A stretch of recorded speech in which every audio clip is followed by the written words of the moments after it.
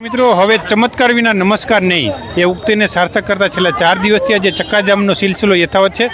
એવી જ રીતે આજે મોરબીના મહેન્દ્રપરા વિસ્તાર જે છે, મહેન્દ્રપરા જે મેઇન રોડ છે તે મહેન્દ્રપરા મેઇન રોડ પર આવેલી જે શેરીમાં જે ભૂગર્ભના પાણી જે છલકાય છે તેના અનુસંધાને રહેવાસીઓ દ્વારા જે ચક્કાજામ કરવામાં છે। અહીંથી તમે જોઈ શકો એક રસ્તો સીધો જે 55 રોડ બાજુ જાય છે, આ લાતી પ્લોટ મેઇન રોડ છે અને આ મહેન્દ્રપરા મેઇન રોડના આસ્વાદ પાન બાજુ જાય છે। આ રસ્તા ઉપર અત્યારે ચક્કાજામ કરી નાખ્યો છે। ત્યાં એના બહેનો છે, તેમની સાથે વાત કરીશું। બેન, આ કયો વિસ્તાર છે અને શું પ્રશ્ન? બરાબર, અહીંયા ભૂગર્ભ ગટરનો નિકાલ જ નથી। બધા ભૂગર્ભ 8 વર્ષ થયા અને પાણી એમને એમ બધું જાય છે, સંડાસ પેશાબ, કોઈ માણસો હાલી જ નથી શકતા। અમારે છોકરાઓ સ્કૂલે મૂકવા જવા હોય છે તોય ફરીને જવું પડે છે, ફરીને જાય તો બસ વહી જાય એટલે પછી અમારે બીજી વાહન બાંધીને જવું પડે છે। કાલે આખો દિવસ ફોન કર્યા બધાને, નગરપાલિકા વાળાને, મોરબી અપડેટમાં જે એડી દીધી છે ને એમાં બધાને ફોન કર્યા। પિયુષભાઈ કરીને કર્યો તો, એક જયદીપભાઈ કરીને કર્યો તો, કેટલાયને ફોન કર્યા હતા। પછી છેલ્લે અમારા 4:30 વાગે નો આવ્યા ને એટલે અમે નગરપાલિકાએ ગયા, કલેક્ટરને મળ્યા, પિયુષભાઈને મળ્યા કે હા તમારું કામ થઈ જશે, તમારું કામ થઈ જશે। હજી સુધી કોઈનો જવાબ આવ્યો નથી। આજ તો હાવ રહેવાતું નથી, ધોળા ધોળા હપોલિયા નીકળે છે। અમે એમ કીધું તમે ન કરો તો કાંઈ નહીં, ખાલી તમે એકવાર આવીને ખાલી તમે જોવો કે અમે કેવી પરિસ્થિતિમાં રહી છીએ। 8 વર્ષે ચોમાસું બેસે ત્યાંથી ચાલુ તો ચોમાસું પતી જાય તો 4 મહિના એમને હોય છે। 6-7 મહિનાથી અમે આને પોઝિશનમાં રહી છીએ। હવે આનો નિકાલ કરો। પાણી છે ઘરમાં ઘરે કેવી રીતે રહેવું?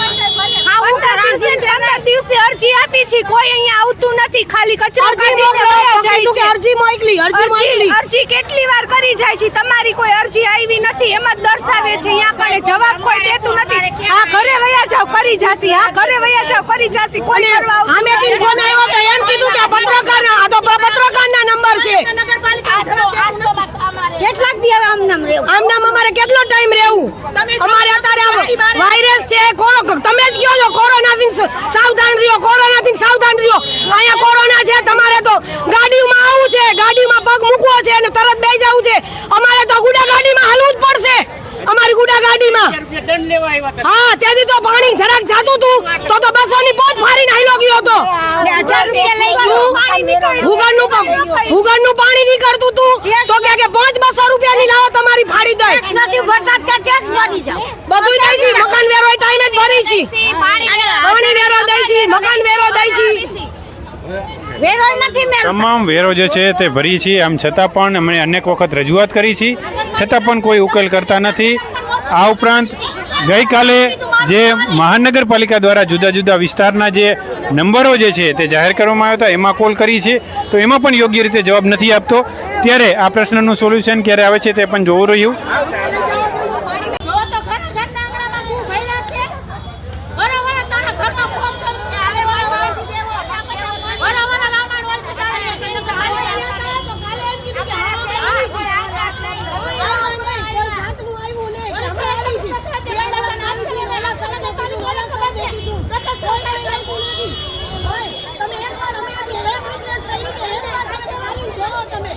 તમે ન કરો તો કાંઈ નહીં, પણ એકવાર તમે આવીને ખાલી ખબર